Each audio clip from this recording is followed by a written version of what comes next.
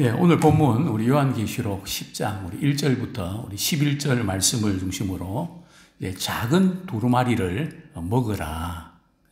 작은 두루마리를 먹으라 하는 제목으로 함께 도전받기를 원합니다. 요한계시록을 우리가 이렇게 이해하려고 하면 네 가지 환상을 우리 알아야 된다는 말씀을 드렸습니다. 그죠? 첫 번째 환상은 이제 7 촛대 환상이죠. 소아시아 7 교회에게 주셨던 그 환상을 알아야 되고요. 두 번째는요, 7 인과 7 나팔과 7 대접. 이 두 번째 환상을 우리가 이해를 하셔야 됩니다.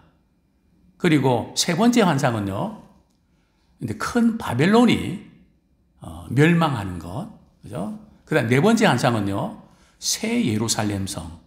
이 네 가지 환상을 이해해야 요한계시록이 들어오거든요. 또 이 요한계시록은 또 과거에 있었던 그런 일들, 그리고 당시에 일어났던 일들, 그리고 앞으로 되어질 일들, 이것을 요한계시록에서 구분할 줄 아셔야 성경을, 우리 요한계시록을 이해를 할 수 있습니다. 그리고 이제 요한계시록을 우리가 해석할 때에 특별히 요한계시록 숫자가 많이 나오거든요. 그 숫자를 지금의 우리의 숫자로 이렇게 적용을 할 것인가. 그럴 경우에 이제 많은 문제들이 생깁니다. 예를 들어서 이렇게 한 일회가 남았다. 한 일회는 7년이거든요. 그래서 이 환란을 전환란 7년, 후환란 7년에서 이제 그렇게 해석을 해서 지금이 이렇게 환란을 지금 다 하고 있는 거다 해서 지금 마지막 이 7년이 언제부터 급속히 이루어지는데 지금 급하다. 근데 성경은 예수님의 오심이 그죠? 그 숫자로 데이터로 알 수 있다고 했나요? 모른다고 했나요? 징조는 알 수 있지만 정확한 데이터 알 수 없거든요. 왜냐하면 이전에 제가 신학 공부할 때에 성경을 말이에요. 숫자로 맞추는데 기가 막힌 거, 딱딱 맞아 떨어진 거 있잖아요. 그래야 리포트를 썼는데 F 맞은 거 있죠. 이건 잘못된 해석을 내가 지금 책을 인용했다. 근데 너무 이제 그냥 기가 막힌 거 있죠. 혀를 내둘 만큼 말이죠. 성경 말이 딱딱 맞아 떨어지는데, 그죠? 그렇구나. 참 그때 깨달았던 적이 있는데요.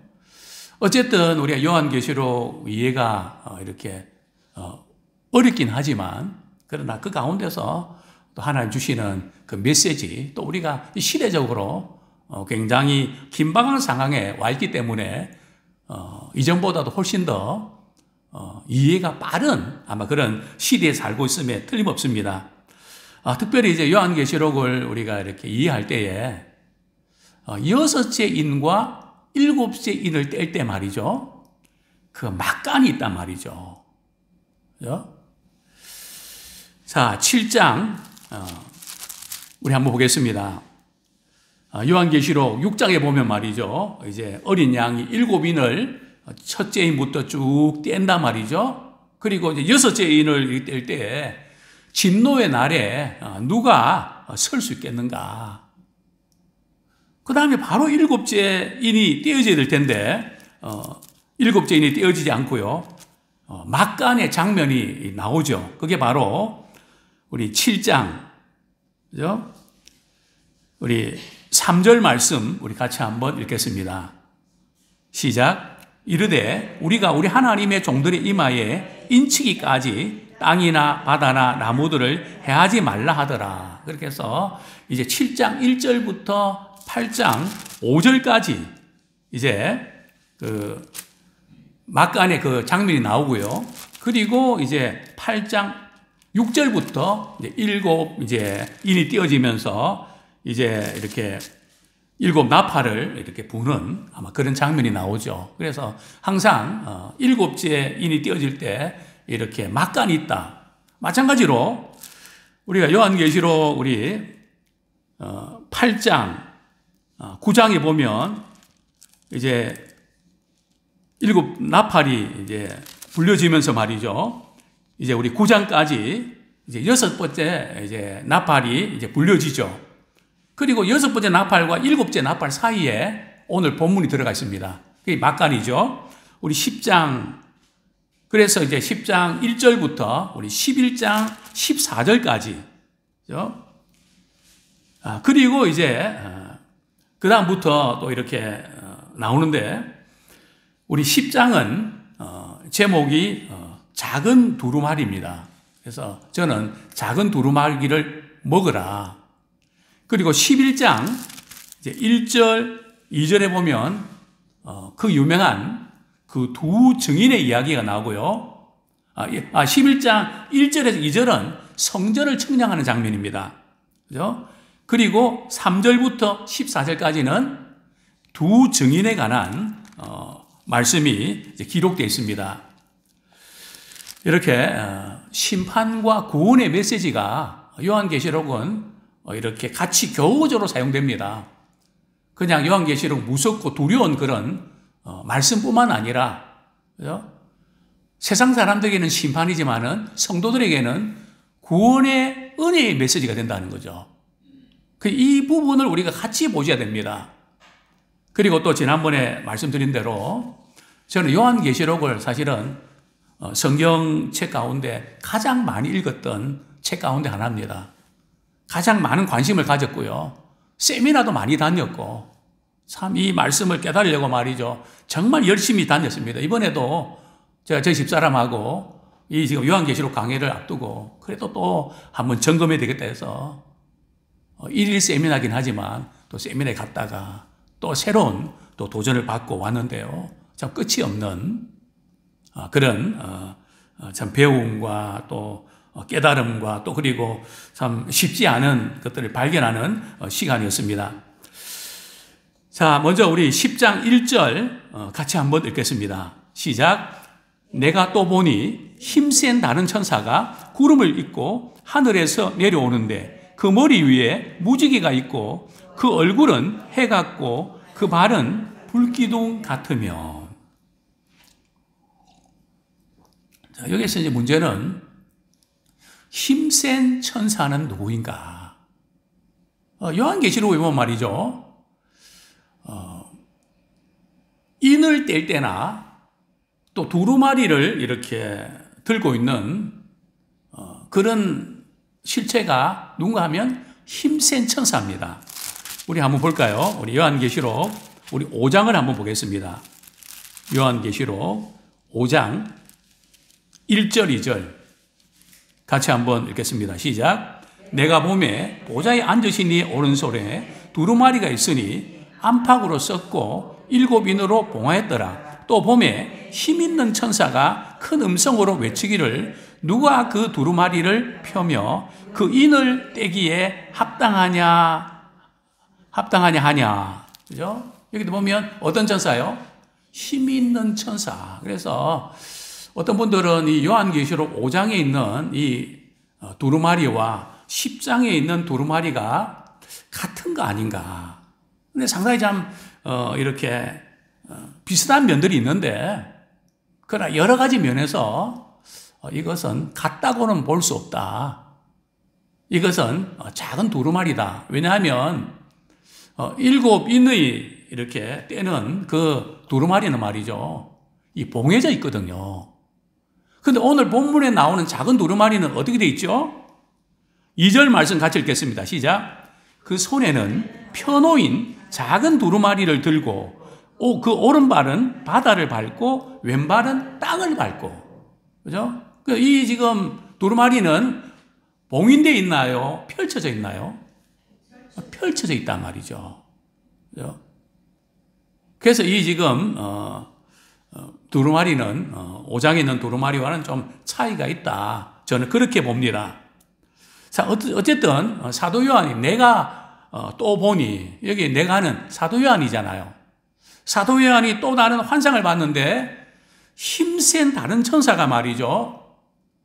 그 옷은 무엇을 입고요? 그 모습이 어떻다고요? 옷은 구름을 입었다. 그죠? 자, 구름을 입었다는 그런 뜻은 뭘까요? 구름은 하나님의 임재하심이거든요. 즉 하나님의 위엄이 갖춰져 있는. 자, 두 번째는요, 그 머리는요, 머리 위에 무지개가 있고, 그죠? 머리에 무지개 있다는 것은 뭡니까? 무지개는 언약이죠. 그죠? 노홍수 때에, 즉 하나님의 그 언약을 의미하고요. 자, 그 얼굴은 뭐 같다고요? 그 얼굴은 해 같다. 자, 얼굴이 해 같다는 것은 하나님의 영광을 상징합니다. 그죠? 얼굴이 해 같다. 그 발은 말이죠, 불기둥 같다. 불기둥 우리가 잘 아는 것처럼 하나님의 보호하심. 그래서 어떤 분들은 이 힘센 천사가, 그죠? 머리가 무지개 같고 얼굴이 해 같고 그 발은 불기둥 같은, 이게 누구의 모습일까요? 이게 하나님의 모습이고 예수 그리스도의 모습이란 말이죠. 그래서 이 힘센 천사는 예수 그리스도일 것이다, 이렇게 보는 분도 있습니다. 그러나 우리 성경을 해석할 때 요한계시록에서 천사가 예수님으로 이렇게 나온 적은 없습니다. 물론 구약시대에는 다시 오실 인자에 대해서 천사의 모습 나타난 적이 있지만 요한계시록은 어느 한 곳에도 천사가 예수 그리스도를 나타내는 그런 기록이었거든요. 그런데 이것은 그대로 힘센 천사, 물론 예수 그리스도의 메시지를 전하는 대행자 역할, 그렇기 때문에 그런 위엄과 영광을 갖춘 모습을 우리가 볼 수 있는 것이죠. 자, 그렇습니다. 자, 그런데 그 손에는 펴놓인 작은 두루마리를 들고 있는데요. 근데 그 천사가 오른발은 어디를 밟고요? 바다를 밟고 왼발은 땅을 밟고요. 이게 무슨 뜻일까요? 비행기를 타보면 압니다. 그죠? 비행기에서 보면 말이죠, 뭐만 보이는지 아십니까? 우주선에서 이렇게 사진 촬영하면 두 가지만 보입니다. 하나는 대륙과 바다만 보입니다. 그죠? 비행기 타고 가면 끝없는 바다만 보이죠. 그죠? 이 바다를 밟고 땅을 밟고 무슨 뜻일까요? 그것은 바로 하나님께서 이 우주를, 지구를 통치하신다는 뜻입니다. 그죠? 우리 하나님의 통치를 나타내는 것이죠. 자, 그 다음에 우리 3절 같이 읽겠습니다. 시작. 사자가 부르짖는 것 같이 큰 소리로 외치니 그가 외칠 때에 7 우레가 그 소리를 내어 말하더라. 성경에 보면 사자가 부르짖는 것 같다. 그죠? 사자가 부르짖는 소리가 굉장히 위협적이고 말이죠. 대단하죠. 그래서 성경에서 이 사자가 부르짖는 소리다 하는 것은 말이죠, 이 말씀은 너무나 소중하기 때문에 관심을 가지고 집중해서 들을 것을 상기시키는 표현이 사자가 부르짖는 것 같이 들린다. 큰 소리로 부르짖는다. 이것은 바로 굉장히 중요한 그런 메시지이기 때문에 주의를 집중하라 하는 그런 내용임을 우리가 보게 됩니다. 근데 그게 이제 외칠 때 말이죠, 그가 누굽니까? 힘센 천사가 말이죠, 이렇게 외치는데 그때 말이죠, 7 우리의 소리가 나는 겁니다. 그죠? 천사가 크게 외칠 때에 7 우리의 소리가 말이죠, 이렇게 나게 되는 것이죠. 자, 그런데 이 7 우리의 소리에 대해서 말이죠, 이제 사도 요한은 그 7 우리의 소리를 통해서 말이죠, 그 내용을 사도 요한은 감지를 했습니다.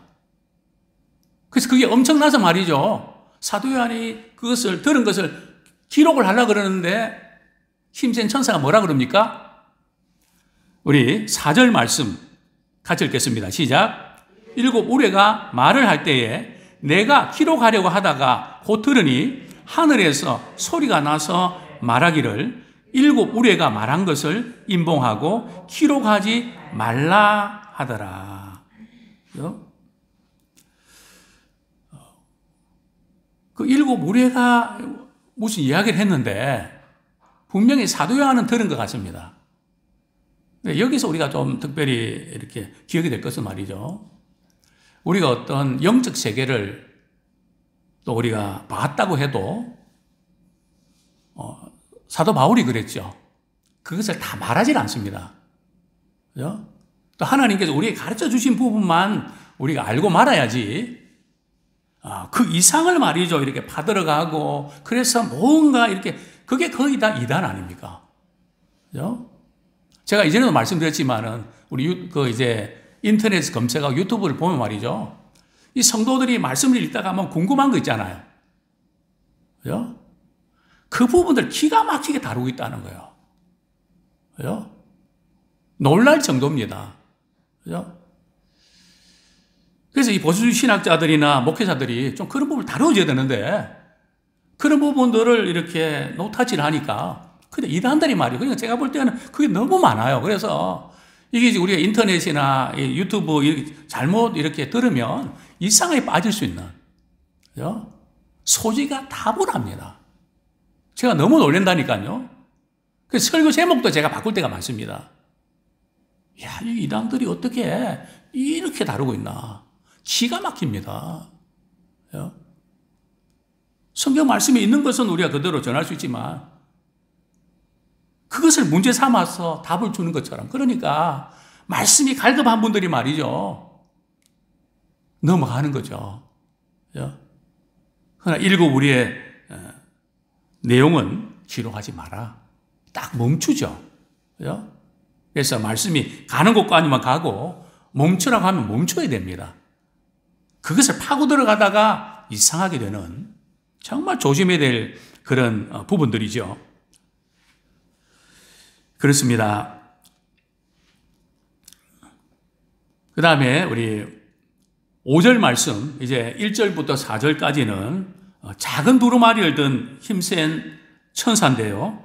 그 다음에 이제 5절부터 우리 7절까지는 힘센 천사가 맹세하는 장면인데 우리 5절 말씀 같이 읽겠습니다. 시작. 내가 본 바 바다와 땅을 밟고 서 있는 천사가 하늘을 향하여 오른손을 들고 그죠? 세세토록 살아계신 이 곧 하늘과 그 가운데 있는 물건이며 땅과 그 가운데 있는 물건이며 바다와 그 가운데 있는 물건을 창조하신 이를 가리켜 맹세하여 이르되 지체하지 아니하리니. 그죠? 내가 본 바. 지금 사도인이 또 이제 환상을 보는데요. 바다와 땅을 밟고 있는 서 있는 천사, 힘센 천사가 말이죠. 하늘을 향해서 오른손을 듭니다. 성경에서 지금 오른손을 드는 것은 뭘 의미할까요? 우리가 학습 서약을 하고 임직 받을 때 어떻게 하죠? 임직자들이 손을 들죠. 그 무슨 뜻입니까? 서약하고 맹세하는 것이죠. 그죠? 이제 힘센 천사의 이제 맹세가 나오는데요. 누구에게요? 오늘 본문에 보면 6절에 보면 세세토록 살아계시니 누굴까요? 창조주 하나님이시죠? 그 창조주 하나님에 대해 설명을 합니다. 하늘과 그 가운데 있는 물건이며 즉 하늘에 있는 모든 것들 그리고 땅에 있는 모든 것들 바다에 있는 모든 것들을 창조하신 그분 그죠? 하나님을 향해서 맹세하면서 이르기를 지체하지 아니하리니 이게 무슨 뜻일까요? 뭘 지체하지 않는다는 뜻일까요? 앞으로 7째 나팔이 물리면 구원의 놀라운 계획들이 이제는 성취되는 언제요? 예수 그리스도 재림하실 때에 7째 나팔을 불 때 예수님 재림하시거든요. 나팔 불 때 그때는 그 나팔은 7째 나팔입니다. 이제 마지막 나팔이죠. 그래서 그 나팔은 경고의 의미도 있는데요. 어쨌든 하나님의 구원의 모든 약속이 지체되지 않고 반드시 속히 이루어진다. 자, 우리 7절 말씀 같이 읽겠습니다. 시작. 7째 천사가 소리내는 날 그의 나팔을 불려고 할 때에 하나님이 그의 종 선지자들에게 전하신 복음과 같이 하나님의 그 비밀이 이루어지리라 하더라. 그죠? 일곱째 천사가 소리 내는 날, 무슨 뜻일까요? 일곱째 천사가 나팔을 부는, 그죠?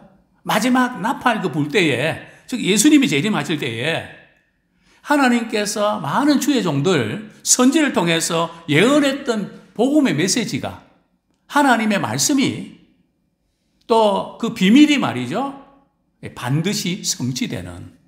근데 여기에서 특별히 그 종 선지자, 여러 주의 종 선지자들 있지만 특별히 우리 다니엘서를 한번 보겠습니다. 다니엘서 12장 7절. 이 요한계시록과 다니엘이 많이 연결되어 있는데요.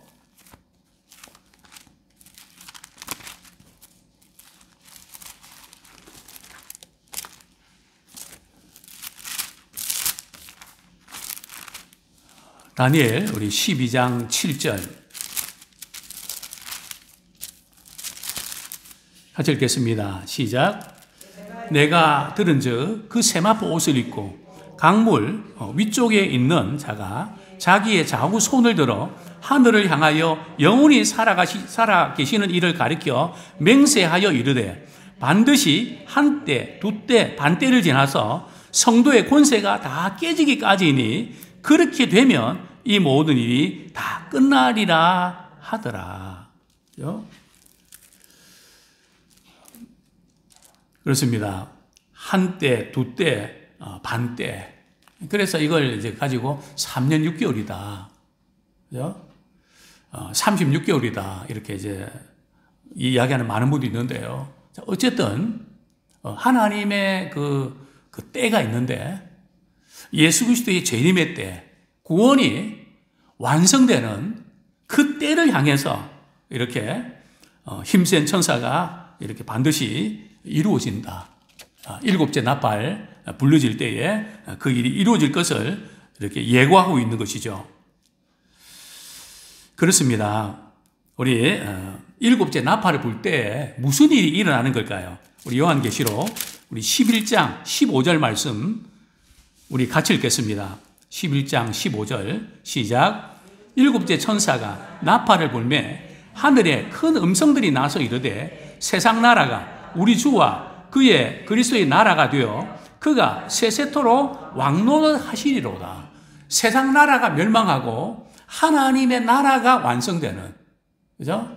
그래서 성도들은 그리스도 왕노릇하는 바로 그 예언의 말씀이 이제 반드시 이루어진다는 것이죠. 다시 우리 본문으로 돌아갑니다. 요한계시록 10장 8절 말씀 같이 읽겠습니다. 시작.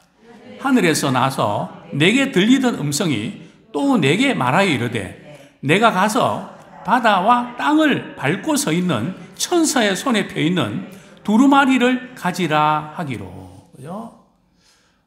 하늘에서 이제 또 다른 음성이 들렸는데요. 사도 요한에게 이렇게 말합니다. 가서 지금 바다와 땅을 밟고 있는 힘센 천사가 지금 작은 두루마리를 가지고 있는데 그것을 달라 그래라. 그리고 이렇게 받아서 어떻게 하라고요? 9절 말씀 같이 읽겠습니다. 시작. 내가 천사에게 나아가 작은 두루마리를 달라 한즉 천사가 이르되 갖다 먹어버리라. 내 배에는 쓰나 내 입에는 꿀같이 달리라 하거늘. 10절. 내가 천사의 손에서 작은 두루마리를 갖다 먹어버리니 내 입에는 꿀같이 다나 먹은 후에 내 배에서는 쓰게 되리라. 우리 지금 요한계시록 10장은 말이죠. 우리 에스겔서 3장에서 1절, 3절을 배경으로 하는데요. 우리 에스겔 1장에서 3절까지 한번 같이 읽겠습니다. 에스겔 3장 1절에서 3절.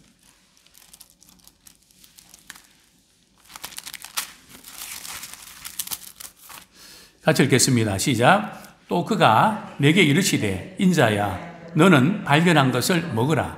너는 이 두루마기를 먹고 가서 이스라엘 족속에게 말하라 하시기로 내가 입을 벌리니 그가 그 두루마리를 내게 먹이시며 내게 이르시되 인자야 내가 내게 주는 이 두루마리를 내 배에 넣으며 내 창자에 채우라 하시기에 내가 먹으니 그것이 내 입에서 달기가 꿀 같더라. 지금 이 예언이 성취된 것을 보게 되는데요. 힘센 천사의 손에 있는 작은 두루마리를 말이죠. 이렇게 사도 요한이 취하려고 하니까 그 천사가 뭐라 그럽니까? 갖다 먹어라. 그죠? 그래서 이 지금 사도 요한이 말이죠. 그 두루마리를 먹습니다. 맛있었을까요? 입에는 꿀같이 다는데 배에 들어가니까 어떻다고요? 쓰다는 겁니다. 이게 무슨 의미일까요? 우리 이 예언의 말씀을 또 주님의 말씀을 우리가 배우고 듣고 깨달을 때는 참 기쁨이 있습니다. 그렇죠? 그러나 문제는 이 말씀을 깨닫고 그대로 살라고 할 때 곤란한 일을 겪게 되고 갈등을 겪게 되고 또 뿐만 아니라 이 예언의 말씀을 선포할 때 전하려고 할 때는 굉장히 힘든 것들을 겪게 됩니다. 왜요? 세상 사람들은 이 예언의 말씀이 심판의 메시지잖아요. 그죠? 지옥에 대한 이야기를 하면 좋아하나요? 기분 나빠하죠. 죄인 취급하면 되게 그냥 화를 내죠. 그렇기 때문에 우리가 이렇게 말씀을 우리가 많이 아는 건 너무 중요합니다. 많이 알아야죠. 배워야죠. 그러나 문제는 그냥 알고 배우는데 끝나는 안 된다는 거죠. 그죠? 배우다가 끝나는. 제가 이전에 늘 이렇게 말씀을 또 읽고 연구하고 이러면서 이런 딜레마에 빠졌습니다. 너는 말씀을 연구만 하지 너 실천은 언제 할래? 배우다가 끝낼래? 물론 배우는 건 끝이 없습니다. 말씀을 읽고 듣고 지키는 자가 복 있다 그랬는데 너는 지킬 시간이 없잖아. 연구한다고. 그러면 살아있는 메시지가 안 되지. 아주 심각한 고민에 빠졌던 적이 있습니다. 뭐 지금도 마찬가지죠. 그래서 우리가 많이 배우는 건 너무 중요한데 그죠? 거기에서 만족하지 말고 그 말씀대로 살아내고 또한 그 말씀을 선포하는 이번 명절 때 말이죠. 우리 식구들에게 주의 복음을 전하는 그 영혼을 사랑하는 정말 우리가 만약 주님이 오늘 부르시고 내가 사용할 수 있는 시간이 5분밖에 없다면 우리는 어떤 일을 할까요? 그죠? 우리는 그저 이렇게 내가 전하면 저분 안 받아들일 거야. 너무 우리가 그 부분을 의식을 합니다. 그죠? 도저히 안 받아들일 거야. 그건 우리 생각이고요. 우리가 접어버린단 말이죠. 우리는 절대 죽을 때까지 포기하면 안 돼요. 끝까지 두드려야 됩니다. 끝까지 그 영혼의 복음을 전해야 됩니다. 내 배에서는 쓰지만 우리 마지막으로 우리 11절 말씀 이제 사도 요한에게 이제 부탁하죠. 그 힘센 천사가 부탁하는데요. 우리 주님의 부탁을 받아서 전하는데 읽고 마치겠습니다. 시작. 그가 내게 말하기를 내가 많은 백성과 나라와 방언과 임금에게 다시 예언하여야 하리라 하더라. 그죠? 이 마지막 시대의 이 요한계시록의 메시지, 주님 다시 오신다는 메시지, 마지막 시대가 임박했다고 하는 이런 메시지, 그죠? 이것을 증거하면서 다시 오실 우리 주님을 준비하는 믿음의 사람 되기를 축원합니다.